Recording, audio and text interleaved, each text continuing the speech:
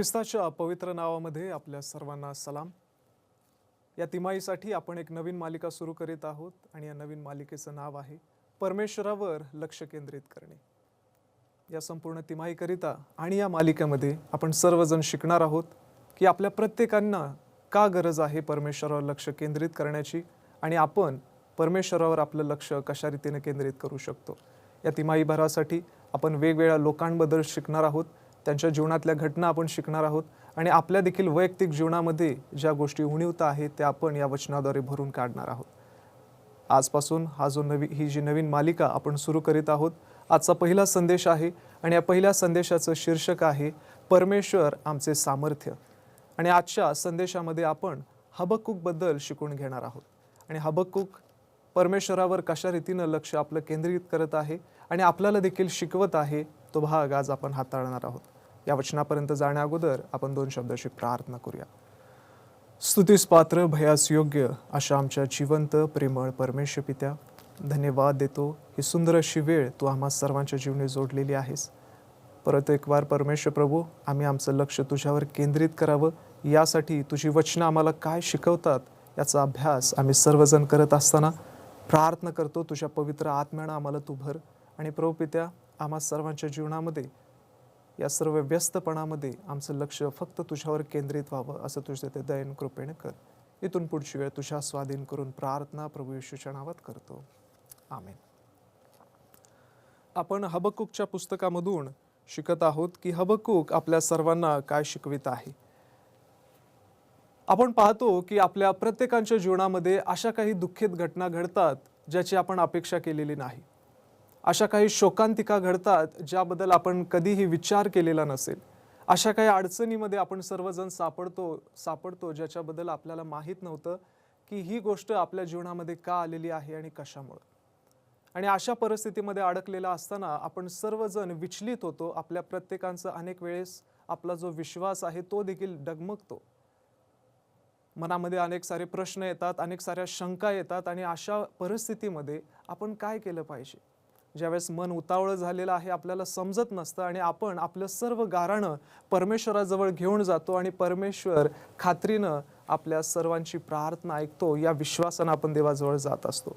परंतु अनेकदा ज्यावेळेस आपलं अंतःकरण, आपलं मन जड झालेलं आहे, दुःखानं भरलेलं आहे, विवळत आहे, त्यावेळेस आपण देवाला हाक मारत असतो। आणि अशाच परिस्थितीमध्ये ज्यावेळेस हबक्कूक देखील आहे, हबक्कूक हा देवाचा संदेष्टा जरी असला, हा संदेष्टा सर्व लोकांना परमेश्वराबद्दल सांगत नाहीये, तर हा संदेष्टा परमेश्वराला सर्व लोकांबद्दल सांगत आहे। ज्या सर्व लोकांच्या यातना, जे दुःख आहे ते परमेश्वराला कळवत आहे। आणि या संपूर्ण पुस्तकाची सुरुवातच या वचनाद्वारे तो करत आहे। हबक्कूक याचा पहिला अध्याय आणि पहिलं वचन आपल्याला सांगतं, त्याच्यामध्ये हबक्कूक म्हणत आहे की हे परमेश्वरा, मी किती वेळ ओरडू। कदाचित खूप वेळ झालेली आहे तो देवाजवळ प्रार्थना करत आहेत, सर्व राष्ट्र मिळून देवाजवळ प्रार्थना करत आहेत की परमेश्वर प्रभू, अजून किती वेळ आम्ही तुझ्याजवळ प्रार्थना करावी, कारण त्यांच्या प्रार्थनेचं उत्तर मिळत नाहीये। आणि ज्यावेळेस हा संदेष्टा देवाजवळ प्रार्थना करत आहे, देवाला मनापासून अंतःकरणापासून हाक मारत आहे। आणि आपल्यापैकी बरेच जण अशाच रीतीनं कदाचित कोणत्या तरी अडचणीमध्ये सापडल्या असाल, ज्यासाठी तुम्ही देवाजवळ प्रार्थना करत आहात, ज्यासाठी तुम्ही देवाला हाक मारत आहात। आणि हा देखील भाग आपल्या जीवनामध्ये असेल की परमेश्वरा, अजून किती वेळ आम्ही तुला हाक मारू, अजून किती वेळ आम्ही तुला ओरडू। एका चर्चमध्ये एक पास्टर होते, सुंदर असा संदेश त्यांनी दिला की परमेश्वर आपल्या जीवनामध्ये आहे, परमेश्वराची उपस्थिती आपल्या जीवनामध्ये आहे, परमेश्वर कधीही आपल्याला सोडून जात नाही। आणि हा सुंदर असा संदेश पाळक साहेबांनी ज्यावेळेस दिला, भक्ती झाल्यानंतर एक महिला पास्टरांपर्यंत आल्या आणि ते त्यांना विचारत आहे की पाळक साहेब, तुम्ही खूप सुंदर असा संदेश दिला, तुम्ही सांगितलं की परमेश्वर नेहमी आपल्या सोबत असतो, परंतु ज्यावेळेस माझा मुलगा मरणाच्या दारी उभा होता आणि ज्यावेळेस तो मरण पावला, त्यावेळेस परमेश्वर कुठं होता। आणि कदाचित असेच काही प्रश्न आपल्या देखील जीवनामध्ये असतील की माझी ही अडचण आहे, अशा परिस्थितीमध्ये परमेश्वर कुठं आहे, मी एवढं देवाला हाक मारत आहे, परमेश्वर कुठं आहे। परंतु त्यावेळेस पाळक साहेबांनी त्या महिलेला हेच उत्तर दिलं की परमेश्वर तिथंच होता ज्यावेळेस त्याचा एकुलता एक पुत्र वधस्तंभावर होता। परमेश्वर जिथं असावयाचा आहे तिथं तो नक्की आहे। परमेश्वर नेहमी ख्रिस्तास समवेत होता, परमेश्वर आपल्यासोबत देखील नेहमी आहे. आणि ज्यावेळेस आपण परमेश्वराला हाक मारत आहोत, परमेश्वर आपली प्रार्थना ऐकत आहे. हा संदेष्टा सर्व लोकांबद्दल परमेश्वराला ज्यावेळेस कळवतो, त्यांच्या सर्व अडचणी तो देवाजवळ घेऊन जात आहे. आणि हा संदेष्टा त्याच्या जीवनामधून स्वतःचा अनुभव देखील सांगत आहे आणि सर्व लोकांच्या जीवनामध्ये असलेली वाईट परिस्थिती परमेश्वराला कळवत आहे. या व्यक्तीकडून आपण शिकत आहोत की आपल्या सर्व अडचणी आपण देवाजवळ घेऊन जाणं खूप गरजेचं आहे. परमेश्वर जरी विलंब लावत असेल तरी देखील देवाला कळवणं हे खूप गरजेचं आहे. आपण पुढचं एक वचन वाचत आहोत, ज्या वचनातून आपल्याला लक्षात येईल की आपण देवाजवळ कशा रीतीनं जावं. हबक्कूक याचा 2 अध्याय आणि 2 ते 4 वचनामधून आपल्याला पाहायला मिळत आहे. हे वचन ज्यावेळेस आपल्यासमोर आलं त्यावेळेस 4थ्या वचनामध्ये, विशेषतः 4थ्या वचनामध्ये हबक्कूक म्हणत आहे की पहा, तो गर्वाने फुगला आहे, त्याचा आत्मा त्याच्या ठायी सरळ नाही, परंतु नीतिमान तर आपल्या विश्वासाने वाचेल. या वचनापर्यंत येत असताना हे वचन संपूर्ण ख्रिस्ती लोकांसाठी एक धर्म सुधारणुकीचं वचन बनलेलं होतं. या वचनाच्या आधारेच संपूर्ण जगामध्ये ख्रिस्तीपणासाठी एक नवीन धर्म सुधारण्याची लाट आली, जे वचन आपल्याला सांगतं की नीतिमान तर विश्वासानं वाचेल. नीतिमान हा कृत्यानं वाचत नाही. आपला विश्वास जो आपल्याला देवापर्यंत घेऊन जातो आणि चांगल्या कृत्यांपर्यंत आपल्याला घेऊन जाईल. या वचनाच्या आधारे अनेक लोकांचं जीवन परिवर्तित झालं की आज मी जरी माझ्या जुन्या स्वभावामध्ये, जुन्या आयुष्यामध्ये चुकीचं वर्तन केलं असेल, परंतु आज जर मी विश्वास ठेवून ख्रिस्तापर्यंत येत आहे, माझं गाऱ्हाणं परमेश्वरासमोर सांगत आहे, तर परमेश्वर नक्कीच माझं ऐकणार आहे. आणि म्हणून हे वचन आपल्या सर्वांना खूप प्रेरित करणारं असं आहे की नीतिमान तर विश्वासाने वाचतो. आज मी माझं जीवन, माझी प्रार्थना आणि माझं आध्यात्मिक जीवन विश्वासाच्या आधारे जगलं पाहिजे. ज्यावेळेस आपल्या जीवनामध्ये अशा प्रकारच्या अडीअडचणी येतील, कठीणाई येतील, त्यावेळेस ही वचनं आपल्याला प्रेरित करतात की मी माझा विश्वास कशा रीतीनं उंच करावा. हबक्कूकच्या जीवनामध्ये ज्यावेळेस तो आपला विश्वास देवासमोर घेऊन आला आणि त्याच विश्वासाच्या आधारे जसा तो वर्तन करत होता आणि त्याच्या आधारे तो जगलेला आहे, तो वाचलेला आहे. आज एलन जी व्हाईट आपल्याला सांगत आहेत प्रॉफिट्स अँड किंग्स या त्यांच्या लिखाणामध्ये की ज्या सामर्थ्यानं, ज्या विश्वासाच्या आधारे ते संदेश ते वाचले, त्याच विश्वासाच्या आधारे आजची देखील लोक वाचली जाणार आहेत. ज्या विश्वासानं त्यांचा बचाव केला, ज्या विश्वासानं त्यांना सामर्थ्य पुरवलं, ज्या विश्वासाच्या आधारे ते वचनामध्ये वाढत गेले, त्याच विश्वासाच्या आधारे तुम्ही देखील आज सामर्थ्यवान होणार आहात. तुम्ही देखील आज देवामध्ये अधिक बलवान होत जाणार आहात. ज्यावेळेस आपण देवापर्यंत जात आहोत, देवाची वचनं आपल्याला नक्कीच प्रेरित करणारी आहेत. देवाची वचनं आपल्या सर्वांना अधिक विश्वासामध्ये उंच करणारी आहेत. हबक्कूकचा 2 अध्याय आणि 13 आणि 14 वचन आपल्याला सांगत आहे की ही लोकांची परिस्थिती अशी होती, ज्या वेळेमध्ये जे काही ते कष्ट करत होते, सर्व कष्ट व्यर्थ होत चाललेलं होतं. त्यांच्या सर्व श्रमाची फलप्राप्ती अग्नीला भक्ष्य अशी होत होती. म्हणजे जे काही त्यांच्या जीवनामध्ये त्यांनी अधिक कष्ट, परिश्रम करून मिळवलेलं होतं, ते सर्व व्यर्थ ठरत चाललं, अग्नीला प्राप्त होत चाललेलं आहे. कदाचित आपल्या देखील जीवनामध्ये अशी काही परिस्थिती आली असेल की आपण भरपूर सारं कष्ट केलं, मेहनत केली, परिश्रम केलं, परंतु आपल्या हाती काहीच लागलं नाही. आणि असाच भाग यांच्या जीवनामध्ये होता. परंतु पुढचं वचन आपल्याला प्रेरणा देणारं आहे. कारण जल समुद्राला व्यापून टाकते, तशी पृथ्वी परमेश्वराच्या प्रतापाच्या ज्ञानाने भरेल. एक वेळ आपल्या सर्वांच्या जीवनामध्ये नक्कीच अशी येणार आहे की ज्यावेळेस ज्या रीतीनं जल संपूर्ण पृथ्वी व्यापून टाकते, तसेच परमेश्वराचे प्रतापानं ही संपूर्ण पृथ्वी भरून जाणार आहे. त्याच्या गौरवानं भरून जाणार आहे, त्याच्या ज्ञानानं भरून जाणार आहे. आणि त्याच्या प्रतापाचं ज्ञान आपल्या प्रत्येकाच्या जीवनामध्ये असलं पाहिजे की परमेश्वर प्रतापानं आपल्या जीवनात कार्य करतो, परमेश्वर सामर्थ्यानं आपल्या जीवनामध्ये कार्य करतो. आणि त्या सामर्थ्याचं, त्या प्रतापाचं ज्ञान तुम्हाला आणि मला नक्कीच असलं पाहिजे की ज्यावेळेस अडचणी समोर येतात, मी घाबरून 2 पावलं मागं जावं का सामर्थ्यानं भरून पुढं जात जायचं आहे. आज परमेश्वर आपल्याला ज्यावेळेस सामर्थ्यानं भरतो, ही वचनं आपल्याला अधिक प्रेरणा देतात की मी माझा विश्वास कमी करू नये, तर मी माझा विश्वास अधिक उंच करावा.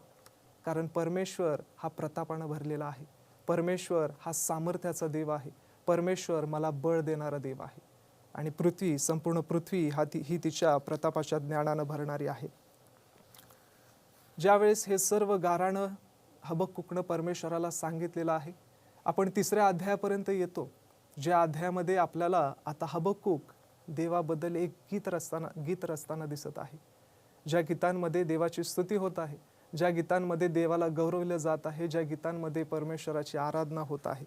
आणि हे सुंदर असं गीत 3ऱ्या अध्यायामध्ये आपल्याला पाहायला मिळतं, ज्याचं 4थं वचन आपल्याला सांगत आहे. हबक्कूक याचा 3रा अध्याय आणि 4थं वचन आपल्या सर्वांसाठी आहे, जे वचन म्हणतं की त्याचे तेज प्रकाशासारखे आहे, त्याच्या हातातून किरण निघत आहे, त्याचा पराक्रम तेथे गुप्त आहे. वचन आपल्याला म्हणत आहे की त्याचे तेज हे प्रकाशासारखे आहे. प्रकाशाला आपण कुठं लपून ठेवू शकत नाही, प्रकाश कुठेही सामावू शकत नाही. आज सूर्याला कोणीही लपू शकलेला नाही, तसं देवाचं तेज देखील कोणी लपू शकत नाही. त्याच रीतीनं पुढचं वचन आपल्याला म्हणत आहे की त्याच्या हातातून किरण निघत आहेत. परमेश्वराच्या हातातून किरणं निघतात. परमेश्वराच्या हाताद्वारे सूर्योदय होतो. आज आपल्या देखील जीवनामध्ये जर नैराश्य असेल तर परमेश्वराच्या हातातून ही किरणं निघत आहेत आणि आपल्या सर्वांना आशा पुरवत आहे. हे आशेचं किरण आज देवाकडे गेल्यानंतर आपल्याला दिसेल, देवावर आशा ठेवल्यानं दिसेल. परमेश्वरामध्ये जे सामर्थ्य आहे त्याच्याद्वारे आपल्याला हे आशेचं किरण आपल्याला प्राप्त होतं आणि त्याचा पराक्रम तेथे आपल्यासाठी गुप्त आहे. त्याच्या पराक्रमाद्वारे आपल्या सर्व अडचणी नक्कीच दूर होणाऱ्या आहेत. ज्यावेळेस हबक्कूक देवाजवळ जात असे, प्रार्थना करत असे, देवाचं सामर्थ्य उंचावत आहे, त्याची वाखाणणी करत आहे आणि आपल्याला शिकवत आहे की आपण देखील आपले ज्यावेळेस गाऱ्हाणं देवासमोर सांगत आहोत त्यावेळेस नक्कीच आपल्या मनापासून आपण देवाला व्यक्त होऊ शकतो, परंतु आपल्या प्रार्थनेचा शेवट हा अशा रीतीनं असावा की परमेश्वर माझं सामर्थ्य आहे, परमेश्वर मला बळ देणार आहे, परमेश्वर या परिस्थितीतून मला बाहेर काढणारा देव आहे. हबक्कूक या पुस्तकाचा शेवट खूप सुंदर रीतीनं करत आहे, ज्या शेवटी आपल्याला फक्त विश्वास आढळेल, ज्या शेवटी आपल्याला फक्त सर्व परिस्थितीमध्ये देवावर भरोसा ठेवण्यासाठी शिकवत आहे. शेवटची वचनं आपल्याला सांगतात, 3रा अध्याय 17 पासून पुढे वचनं म्हणत आहेत, अंजिराचे झाड न फुलले, द्राक्षीच्या वेलीस फळ न आले, जैतुनाचे उत्पन्न बुडाले, शेतात धान्य न पिकले, मेंढवाड्यातील कळप नाही तसे झाले व गोठ्यात गुरेढोरे न उरली, तरी मी परमेश्वराच्या ठायी हर्ष पावीन, मला तारण देणाऱ्या देवाविषयी मी उल्हास करेन. माझ्या जीवनातली कोणतीही गोष्ट जरी अपूर्ण राहिली, जरी पूर्ण झाली नाही, मी कितीही देवाजवळ प्रार्थना केली परंतु जर उशीर लागत असेल, परंतु तरी देखील मी परमेश्वराची प्रतीक्षा करेन. या वचनामध्ये आपण वाचलं की त्यांचं कोणतंही कार्य जरी पूर्ण झालं नाही, परंतु तरी देखील तो वचनामध्ये म्हणत आहे की मी परमेश्वराच्या ठायी हर्ष करेन. हा भाग आपल्या जीवनामध्ये खूप कठीण आहे. साधी गोष्ट जरी आपण देवाजवळ मागितली, अनेक वेळेस प्रश्न उपस्थित होतात की परमेश्वर एवढी साधी गोष्ट माझ्यासाठी करू शकत नाही का? पण त्या परिस्थितीमध्ये देखील आपल्याला म्हणता आलं पाहिजे की ही गोष्ट जरी पूर्ण झाली नाही, परंतु तरी देखील मी देवाच्या ठायी हर्ष करीन. आपला आत्मा देवाच्या ठायी उल्हासला पाहिजे, जसा हबक्कूकचा आत्मा उल्हासत आहे, कारण मला तारण देणाऱ्या देवाविषयी मी उल्हास करत आहे. मला जगिक गोष्टी मिळू दे अथवा न मिळू दे, परंतु मला देवापासून तारण मिळत आहे, त्याच्यामध्ये मला सर्वात जास्त आनंद आहे. त्या तारणामध्ये मला जास्त उल्हास होत आहे, कारण जे तारण इतर सर्व आनंदापेक्षा अधिक मोठं आहे, अधिक मौल्यवान असं आहे. आज हे तारण ख्रिस्ताद्वारे ज्यावेळेस आपल्या सर्वांना मिळत आहे, आपल्या प्रत्येकांचं अंतःकरण अशा परिस्थितीमध्ये अधिक उंच झालं पाहिजे. आपल्या प्रत्येकांच्या जीवनामध्ये हा भाग नेहमी लक्षामध्ये असला पाहिजे की परमेश्वर आपलं बळ आहे, परमेश्वर आपलं सामर्थ्य आहे. 19व्या वचनामध्ये म्हणत आहे की परमेश्वर प्रभू माझे सामर्थ्य आहे, तो माझे पाय हरणांच्या पायासारखे करतो, तो मला माझ्या उच्च स्थानावरून चालू देतो. परमेश्वर प्रभू हा आमचे सामर्थ्य आहे. आज हाच परमेश्वर प्रभू जुन्या काळातील आणि जुन्या करारातील सर्व लोकांचं सामर्थ्य बनला. त्यांच्या सर्व वाईट परिस्थितीमध्ये त्यांच्या सर्व हलाखीच्या दिवसामध्ये, त्यांच्या सर्व दुःखामध्ये, त्यांच्या सर्व आजारांमध्ये, त्यांच्या सर्व नैराश्यामध्ये परमेश्वर हा त्यांचं सामर्थ्य होता. आणि हाच परमेश्वर आज तुमचं देखील सामर्थ्य आहे. हाच परमेश्वर आज तुम्ही ज्यावेळेस त्याच्याकडे पाहत आहात, या नजरेने पहा की बळ, सामर्थ्य हे त्याच्यापासून येत आहे. हे सर्व गौरव परमेश्वराचं आहे. परमेश्वर आपल्या सर्वांचे पाय हरणांच्या पायासारखे करतो. तो मला माझ्या उच्च स्थानावरून चालू देतो. हरणांच्या पायासारखं करणं म्हणजेच आपल्याला अधिक चपळ करणं, अधिक वेगानं नेणं. जी वेळ अगोदर खूप हळूवार होती, ज्या वेळेमध्ये आपण देवाजवळ हाक मारत होता, ज्या वेळेमध्ये आपण परमेश्वराजवळ रडत होता, परंतु आता देवामध्ये, देवाच्या ठाई हर्ष भरून पळण्याची आपल्या सर्वांना संधी देत आहे. आपलं अंतःकरण देवाच्या ठाई उंच परमेश्वर करत आहे. ज्यावेळेस आपल्याला हे लक्षात येतं की परमेश्वर खरोखर माझं सामर्थ्य आहे, त्यावेळेस आपल्या जीवनातली सर्व नैराश्य दूर होते. त्यावेळेस आपल्या प्रत्येक प्रश्नांची उत्तरं आपल्याला प्राप्त होत जातात. कारण आपल्या जीवनामध्ये जिथं कमतरता होती, जिथं कमजोरपणा होता, ती सर्व जागा परमेश्वर भरून काढत आहे. तिथं परमेश्वर स्वतःहून कार्य करत आहे, मध्यस्थी करत आहे आणि आपला सर्व कमजोरपणा, जर तो आध्यात्मिक रीतीनं असेल, जगिक रीतीनं असेल, तो सर्व परमेश्वर दूर करत आहे. या वचनांमधून परमेश्वर आपल्या सर्वांना शिकवत आहे की ज्या रीतीनं या संदेष्टानं सर्व यहुदी लोकांना, सर्व इस्रायली लोकांना परत एक वार सामर्थ्यानं भरलं, या वचनाच्या आधारे त्यांच्या मनामध्ये ही प्रेरणा उत्पन्न केली की तुम्ही एकटे नाही. त्यांच्या मनामध्ये ही प्रेरणा जागी केली की तुमच्या अशा परिस्थितीमध्ये देखील परमेश्वर तुम्हाला सोडत नाही. जोपर्यंत आपल्याला देवाजवळ हाक मारावी लागेल, आपण देवाजवळ हाक मारावी, कारण परमेश्वर आपल्या लेकरांची हाक ऐकत आहे. आणि ज्यावेळेस तुम्ही देखील तुमच्या अशा वाईट परिस्थितीमधून जात आहात, परमेश्वराला हाक मारत आहात, त्यावेळेस हे वचन आपण नेहमी लक्षात ठेवावं, जे वचन आपल्या प्रत्येकांच्या परिचयाचं आहे. आणि सुंदर असं वचन हबक्कूक याचा 2 अध्याय आणि 20 वचनामध्ये आपल्याला पाहायला मिळतं की परमेश्वर आपल्या पवित्र मंदिरात आहे आणि सर्व धरित्री त्याच पुढे स्तब्ध असो. आज ज्यावेळेस आपल्याला हे लक्षामध्ये येईल की परमेश्वर आपल्या पवित्र मंदिरामध्ये आहे आणि आपण त्याच्यासमोर स्तब्ध असावं, म्हणजे तिथं कोणतीही शंका असू नये, तिथं कोणत्याही पद्धतीची चलबिचलपणा असू नये, कोणत्याही रीतीनं आपल्या मनामध्ये प्रश्न असू नयेत. कारण परमेश्वर हा उभा आहे, परमेश्वर शांत बसलेला नाही आहे. परमेश्वर आपल्या पवित्र मंदिरामध्ये आहे आणि तो आपल्याकडे लक्ष देत आहे. आज परमेश्वर आपल्याला पाचारण करत आहे की आपल्या अडचणीच्या दिवसामध्ये, ज्या वेळेमध्ये तुम्हाला वाटलं की कोणी माझं ऐकत नाही आहे, ज्यावेळेस आपल्याला वाटलं की मी याच्यातून कशा रीतीनं बाहेर निघू शकेन, ज्यावेळेस आपल्याला असं वाटत आहे की आता सर्व संपलेलं आहे, ज्यावेळेस आपल्या मनामध्ये असे प्रश्न येत आहेत की इथून पुढं आता काहीच दिसत नाही, सर्व अंधार असेल, ज्यावेळेस आपल्या मनामध्ये अशी कल्पना येत असेल की मला जवळ करणारं कोणी नाही, त्यावेळेस परमेश्वर आपल्यापर्यंत येऊन आपल्याला सांगत आहे की मी तुझं सामर्थ्य आहे. आज मी तुला बळ देणार आहे. आपल्या जीवनातली सर्व प्रकारची कमतरता, सर्व प्रकारची उणीवता परमेश्वर त्याच्या सामर्थ्यानं भरून काढत आहे. हाच परमेश्वर आज इथून पुढच्या आपल्या सर्व जीवनामध्ये अधिक आपल्याला प्रेरित करो, आपल्या अडचणीवर मात करण्यासाठी त्याच्या सामर्थ्यानं तुम्हाला भरो. आज हाच परमेश्वर जो हबक्कूकचा परमेश्वर होता, तोच आपला देखील परमेश्वर आहे, जो परमेश्वर कधीही बदलत नाही.